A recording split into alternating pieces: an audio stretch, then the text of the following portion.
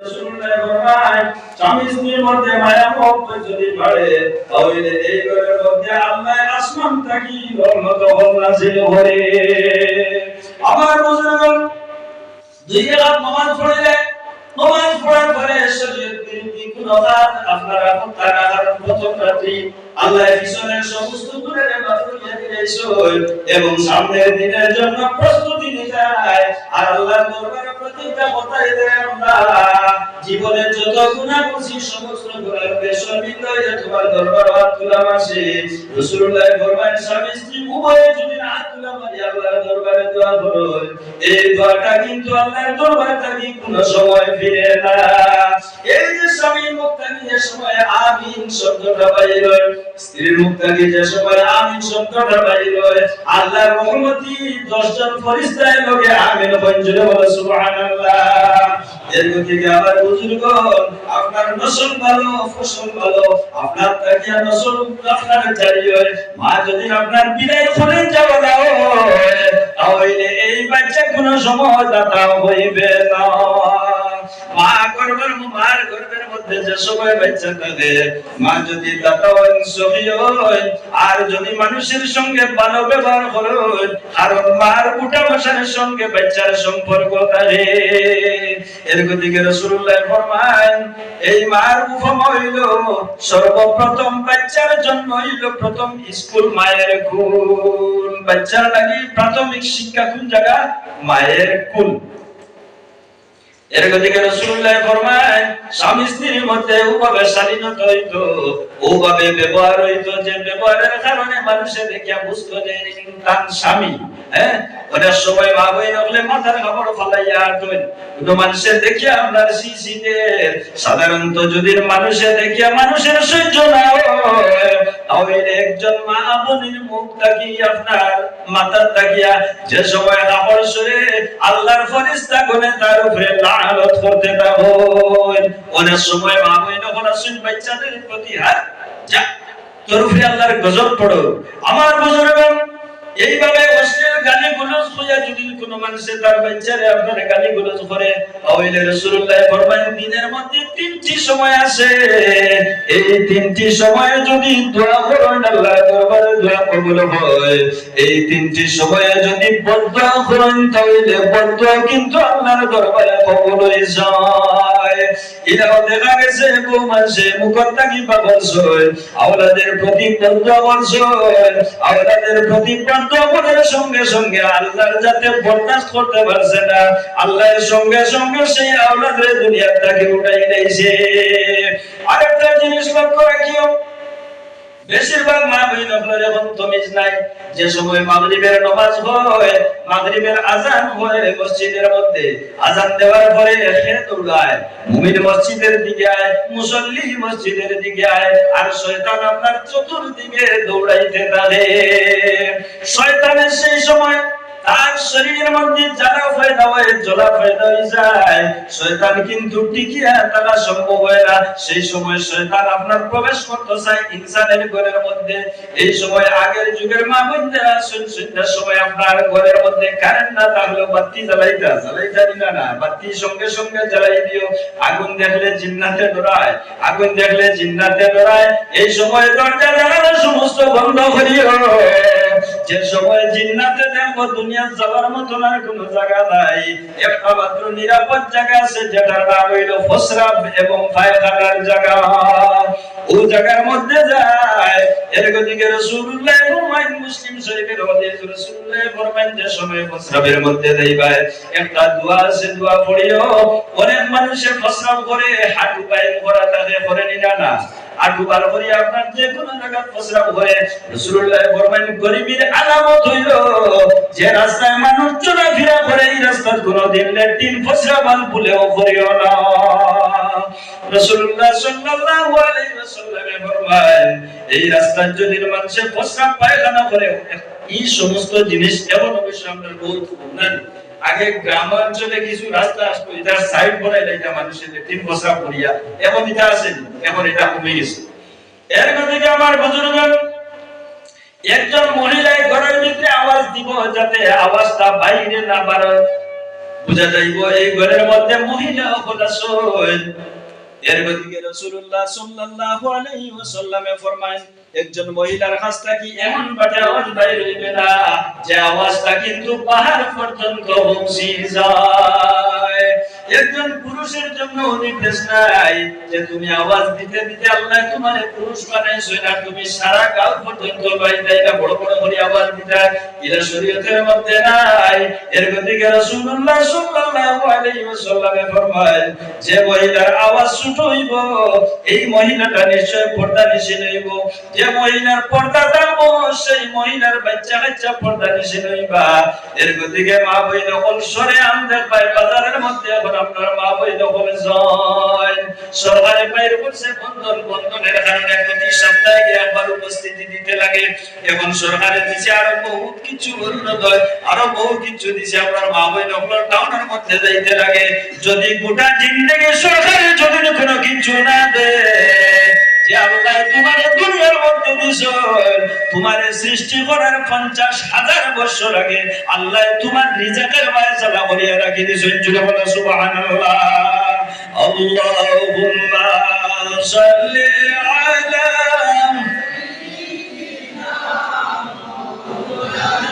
ওয়া আলা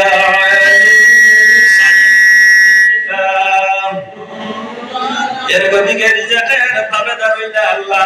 আল্লাহ আমরা রিজিক দাতা, আমরা সৃষ্টি করার 50,000 বছর আগে যদি আমারে আল্লাহ রিজিক সৃষ্টি করিয়া রাখেন তাহলে আমার অরুণের পিছনে দৌড়াইতে লাগতো না, আমার বন্ধনের পিছনে দৌড়াইতে লাগতো না, আমি সুদের পিছনে খেলে যাইবো আমি মুসলমান, আমি বেনামাজি খেলে হইবো আমি মুসলমান, আমি পরের হক নষ্ট খেলে করবো আমার নাম মুসলমান।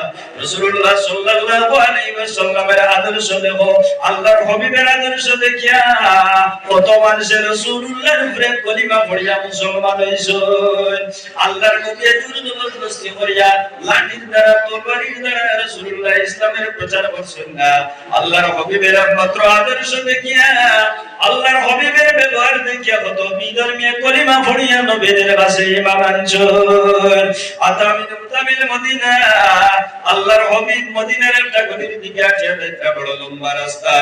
আল্লাহর হাবিব আসিয়া যাইতে সময় দেশ একজন বৃদ্ধা মহিলা বড় একটা গাটুরি তার পিঠির মধ্যে, বৃদ্ধ মানুষ মহিলা বৃদ্ধা মহিলা পিঠির মধ্যে বড় গাটুরি। রাসূলুল্লাহ রাহমাতুল্লিল আলামিন আল্লাহর নবী ফরমাইন মাগো এই বয়সে তোমার পিঠির মধ্যে এত বড় গাটুরি আমি দেখিয়া ও মা তুমি একটা বার কইয়া দাও তোমার গন্তব্যস্থল নিয়ে তোমার গাটুরিটা আমি রাসূলুল্লাহ পৌঁছাই দেই। রাসূলুল্লাহ ফরমাইন ও মা তোমার গাটুরিটা আমি আমার পিঠির মধ্যে উঠাইয়া দেও। এই মহিলা বড় খুশি হইয়া এই গাটুরিটা রাসূলুল্লাহর খান্দের মধ্যে দিছেন। দেওয়ার সঙ্গে সঙ্গে রাসূলুল্লাহ আপনার হাঁটতে লাগছেন, পিছে পিছে বৃদ্ধা মহিলা হাঁটিয়া যায়, রাসূলুল্লাহ আগে আগে আর বৃদ্ধা মহিলা পিছে পিছে হাঁটিয়া যায়।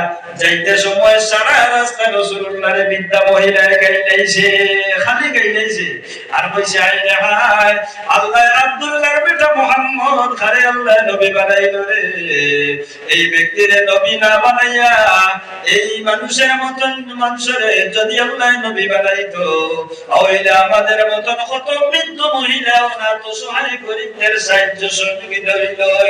আল্লাহর হাবিবে নিয়ে যে সময় গন্তব্যস্থল নিয়ে গাটুরিটা পৌঁছাইছো এই বৃদ্ধা মহিলা হইছে আপনার পরিচয়টা না দিলে আমি কখনো ছাড়বো না। আল্লাহর নবী ফরমাইল মা তুমি যারে রাস্তা সারা রাস্তা যারে গালিগুলো করছো গো মা সে তো আমি মুহাম্মাদুর রাসূলুল্লাহ। আল্লাহর নবীর ব্যবহার দেখে সঙ্গে সঙ্গে সেই বৃদ্ধা মহিলা হইছে ইয়া রাসূলুল্লাহ আপনার হাতটা বাইর করিয়া দেও, আপনার কদমটা বাইর করিয়া দেও, আমার মনের মধ্যে উল্লাসার আপনার পায়ের মধ্যে আমার কপালটা লাগাইয়া সারা জীবন রইলেও শুকরিয়া আদায় হইতো না। আল্লাহর নবী ফরমায়েন মাগো কোন মানুষের পায়ের মধ্যে শ্রদ্ধা দেওয়া ঠিক নাই, একমাত্র আল্লাহর জাতরে এই বৃদ্ধা মহিলা কইয়া রাসূলুল্লাহ আপনার দুইটি হাত বাইর করিয়া দাও। আল্লাহর নবী ফরমান মাগো তুমি আমার লাগি কিন্তু বেগে না। আল্লাহর নবী ফরমান মাগো তোমার উদ্দেশ্য কি?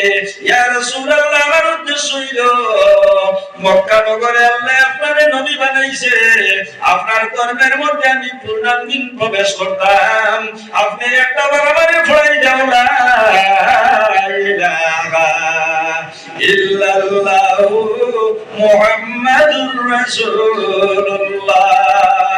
আল্লাহর নবীর ব্যাপার দিকে সঙ্গে সঙ্গে সেই বিদ্যা মহিলা কলিমা পড়িয়া রাসূলুল্লাহর উপরে ঈমান লইয়া আইছেন।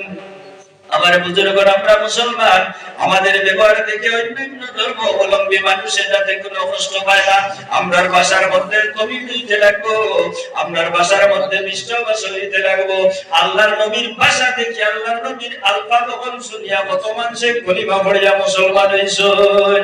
আমরা নবীর সময় ওয়াদার খেলাফ হয়ে যায়, আমরাও নবীর উম্মত জীবনে কোনোদিন নবীজির ওয়াদার খেলাফ হইছে না। আল্লাহর নবী আটিয়া যাইতেছে ইহুদি রাসূলুল্লাহর সামনে উপস্থিত। ইয়া রাসূলুল্লাহ আপনি সেই গাছের নিকটে সামান্য দাঁড়াও, আমার বাড়ির থেকে গিয়ে আমি সামান্য জরুরত শেষ করি যাই। ইহুদি রাসূলুল্লাহর গাছের নিকটে রাখিয়া এই ইহুদি আবার রাসূলুল্লাহর কাছ থেকে চলিয়া বাড়ির মধ্যে গেছে। যাওয়ার পরে যে রাসূলুল্লাহর সেই গাছের নিকটে বসাইয়াও রাখিয়া গেছে, ইহুদি গিয়া সেই কথাটা কিন্তু ভুলে গেছে। 3 দিন পরে ইহুদি বাইর হইছে, বাইর হওয়ার পরে সেই গাছের নিকটে যে সময় ইহুদি পৌঁছিছে, পৌঁছার পরে যেমনে দেখছে হায় রে হায়, 3 দিন আগে যে ব্যক্তিরে বলছিলাম সামান্য দাঁড়াও আমি আইয়া, এখনো পর্যন্ত সেই ব্যক্তি দাঁড়ানো অবস্থায়। আল্লাহর হাবিব সাল্লাল্লাহু আলাইহি ওয়াসাল্লামের কাছে গিয়া এই ব্যক্তি হাত জোড় করছে আর কইল ইয়া রাসূলুল্লাহ ইয়া হাবিবাল্লাহ আমি ভুলে গেছি, বাড়ির মধ্যে গিয়া আমার ইয়াদ হইছে না, আমি বেয়াদবি করে নিয়েছি। আল্লাহর নবীর জবান থেকে বাইরে হইছে ও ইহুদি তুমি যদি কিয়ামত পর্যন্ত না আইতে তাহলে মুহাম্মদুর রাসূলুল্লাহর সেই গাছের নিকটে তুমি বসা অবস্থায় বাইরে হয়ে জোরে বলো সুবহানাল্লাহ। ইহুদির ইন্তজার রাসূলুল্লাহ করতেছেন, যোহরের নামাজের টাইম হইছে, রাসূলুল্লাহ সেই গাছের নিকটে বইয়া যোহরের নামাজ আদায় করছেন। আসরের নামাজের সময় হইছে, আসরের সময় রাসূলুল্লাহ আসরের নামাজ সেই জায়গায় আদায় করছেন। মাগরিবের ওয়াক্ত হইছে, আল্লাহর হাবিবে মাগরিবের নামাজ সেই জায়গায় অবস্থায় আদায় করছেন। এমত অবস্থায় 3 দিন পর্যন্ত রাসূলুল্লাহর সেই জায়গার মধ্যে অতিবাহিত হইছে। আমরা ওয়াদা দিয়া মানুষের সঙ্গে ওয়াদা আমরা খেলাফ করি। রাসূলুল্লাহ ফরমান যদি কোনো মানুষের ওয়াদা দেয় তাহলে যদি ওয়াদা না রাখে তাহলে সেই ব্যক্তি মুনাফিক। সাধারণত একজন কাইমা মানুষ যদি কোনো মানুষ মুনাফিক হইয়া গালিগুলো করে তাহলে মানুষের সঙ্গ হয় না, কিন্তু রাসূলুল্লাহ ফরমান যদি মুনাফিক হয় তাহলে তার মধ্যে একটা অভাব হইল, একটা অসুবিধা হইল, সবচেয়ে বেশি বড় অসুবিধা মানে ওয়াদা দিলে খেলাফ করব। আমরা যাতে ওয়াদা দিয়ে খেলাফ করতাম না, আমরা ওয়াদা চিরন্তন সত্য, ওভাবে আমরা ওয়াদা রইত। রাসূলুল্লাহ সাল্লাল্লাহু আলাইহি ওয়াসাল্লাম জন্ম থেকে লইয়া রাসূলুল্লাহর মৃত্যুর আগ পর্যন্ত রাসূলুল্লাহ কোনদিন একটা মিথ্যা বাক্য মুখ থেকে বাইরে করছেন না। উম্মতে যে সবাই মিথ্যা কথা কয়, মানুষের মুখ থেকে যে সবাই মিছা কথা বাইর হয়, রাসূলুল্লাহ ফরমান মানুষের মুখ থেকে একটা দুর্গন্ধ বাইর হয়, এই দুর্গন্ধটা ছড়িয়ে পড়ে, আর এই দুর্গন্ধ ছড়িয়ে পড়ার পরে ফেরেশতায় তার উপরে লানত করে, গাছবৃক্ষ তরুলতায় লানত করে। যে সময় মানুষের পানো হাত ভরিয়া হাঁটিয়া যায়, জমিনে সেই ব্যক্তির জন্য দোয়া করে যায়, আল্লাহ তোমার মায়ার বান্দা আমার উপর অতিবাহিত হইয়া যায়, আল্লাহ তোমার মায়ার বান্দার জন্য মাগফিরাতের দোয়া করিয়া। অনেক মুসলমান আছে কোরআন শরীফ তিলাওয়াত করছে ছোটবেলায় মসজিদের মধ্যে গিয়া, এমন 20 বছর 30 বছর 40 বছর হয়ে গেছে কোরআন শরীফটা বাইরে করিয়া চাইছে না, আসেন না। রাসূলুল্লাহ ফরমান যারা কোরআন শরীফ পড়ি লাইছো এরা ঘরের মধ্যে কোরআন শরীফ মানুষের পড়ানোর চেষ্টা করিও, বাচ্চান করে পড়ানোর চেষ্টা করিও, বাচ্চান করে ইসলামের শিক্ষায় সুশিক্ষিত বানাইও। রাসূলুল্লাহ ফরমান যদি একজন মানুষের 3টি ছেলে সন্তান অথবা মেয়ে সন্তান থাকে, আর যদি ইসলামের শিক্ষায় শিক্ষিত করিয়া আপনার পূর্ণাঙ্গিন শিক্ষার মধ্যে রাখিয়া দুদিন মানুষ মারা যাইতে পারে, মারা যাবার পরে আল্লাহ তারে 3টি জান্নাতের মালিক বানাইবা। জোরে বলো সুবহানাল্লাহ। রাসূলুল্লাহ ফরমান তোমার স্ত্রী হইলে কি তাইলে তুমি আগে সালাম করিও। রাসূলুল্লাহ ফরমান কোন মানুষের সঙ্গে সাক্ষাৎ হইলে সর্বপ্রথম তুমি সালাম করতাই। আপনার স্ত্রীরে যদি আপনি সালাম করেন তাহলে আপনি স্বামী বলিয়া ছুটোই দিবাইলা কোনো কথা নয়। এর গতিকে স্ত্রীর আপনার হক আদায় করিও। কোন দিকে বাইরে যাইতে সময় যদি আপনার স্ত্রী আপনার উপরে সন্তুষ্ট থাকে, আর স্ত্রী যদি স্বামীর দরবারে দোয়া করেন, আব্বার ফি শরহ আবু দাউদ সিজুস্তানি রাহমাতুল্লাহি তাআলা আলাইহি ফরমায়েন এই স্বামীর দোয়া আল্লাহর দরবারে কবুল থাকে, আর স্ত্রীর দোয়া কিন্তু স্বামীর ব্যাপারে কবুল থাকে। স্বামী স্ত্রীর জন্য দোয়া করিও, উভয়ের মধ্যে মায়া মহব্বত যত বেশি হইব, সন্তানাদির মধ্যে আখলাক ভালো হইব। আর সন্তানাদি যদি আখলাক ভালো হয় তাহলে এই পৃথিবী থেকে তুমি বিদায় লইবা, যাওয়ার পরে সদকায়ে জারিয়া হিসাবে তোমার সন্তানাদি থাকবা। আমার বুজুর্গগণ, এই পৃথিবীটা আমাদের জন্য অস্থায়ী। এই পৃথিবীটা কেবল 50 বছরের জিন্দেগি, কেবল লাগি 20 বছরের জিন্দেগি, কেবল জন্য 30 বছরের জিন্দেগি। আমরা সেই জিন্দেগির মধ্যে আইছি বন্দেগি করিয়া যাইতে লাগবো। একজন স্বামী যদি মারা যায় তাহলে স্ত্রীর জন্য করণীয় হইল, একজন স্বামী যদি হারিয়ে যায় তাহলে শরীয়তের মাসলা হইল, আপনি মাসবর মাসলা হইল, মানে স্বামী হারিয়ে গেছেন বলিয়া স্ত্রী কতদিন পর্যন্ত বাঁচে, মাসলা হইল 12 বছর। ইমাম মালিক রহমাতুল্লাহি তাআলা আলাইহির নজদিক হইল 12 বছর, ইমাম শাফি রহমাতুল্লাহি তাআলা আলাইহির নজদিক হইল 12 বছর, ইমাম আবু হানিফা রহমাতুল্লাহি তাআলা আলাইহির নজদিক হইল 40 বছর। এমন 40 বছর পর্যন্ত যদি স্বামী হারা স্ত্রী যদি অপেক্ষা করে তাহলে তাইকে বার্ধক্য বয়স পৌঁছি যাইবা, আর দেখা গেল বিবাহের আর কোনো দরকার নাই। কতটুকু স্বামীর জন্য হক আছে, স্ত্রীর জন্য হক আছে স্বামীর উপরে। রাসূলুল্লাহ ফরমান, ইমাম আবু হানিফা সাহেবের মাসলা হইল 40 বছর পর্যন্ত সেই মহিলা ইন্তজার করতে লাগবো। আমার বুজুর্গগণ, লাইলাতুল জুফাফের রাতের মধ্যে আসলাম। লাইলাতুল জুফাফ একটা রাত মাত্র, প্রথম রাত যেটা, এই রাত্রিতে মানুষ আল্লাহর ওলি বলি দিতে পারবো। এখানে বলে আল্লাহর ওলি কিভাবে বলবো? যদি উভয়ের মধ্যে তওবা ইস্তেগফার করিয়া দুরূদ শরীফ পড়িয়া যদি আল্লাহর দরবারে দোয়া করবেন, রাসূলুল্লাহ ফরমায়েন কোন মানুষ কোন ইবাদত করিয়া গ্যারান্টি দিতে পারতো না, কিন্তু নবীজির দুরূদ শরীফ পড়িয়া গ্যারান্টি দিতে পারবো যে আমার দোয়াটা আল্লাহর দরবারে কবুল হইছে। নবীজির দুরূদ শরীফ পড়িয়া, কুরআন শরীফ তিলাওয়াত করিয়া, সদকা করুন মসজিদের মধ্যে হোক, মাদ্রাসার মধ্যে হোক, এতিম মিসকিন অনাথ অসহায় দরিদ্রদের হাতের মধ্যে সদকা দিয়া যদি কোনো মানুষের দোয়া করে, আল্লাহর যাতে ফরমাইন তার দোয়াটারে আল্লাহ কোনো সময় ঘুরায় না। এর গতিকে বাচ্চা আপনার ব্যবহার শিখবা মা বাবার কাছ থাকিয়া।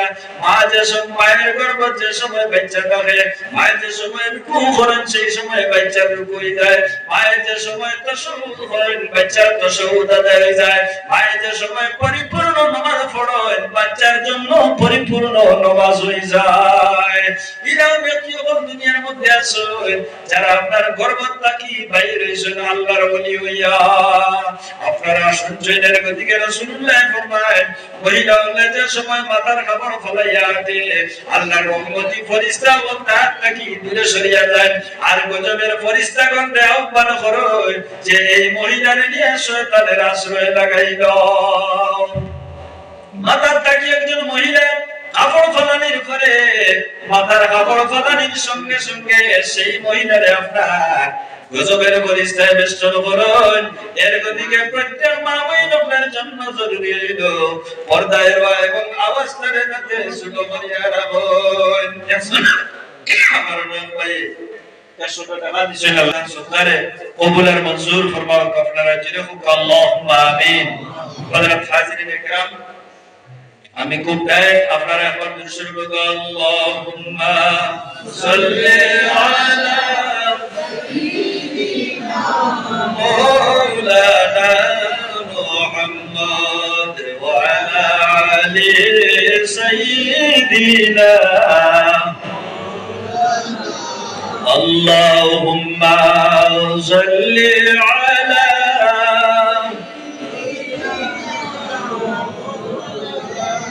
وعلى آل سيدنا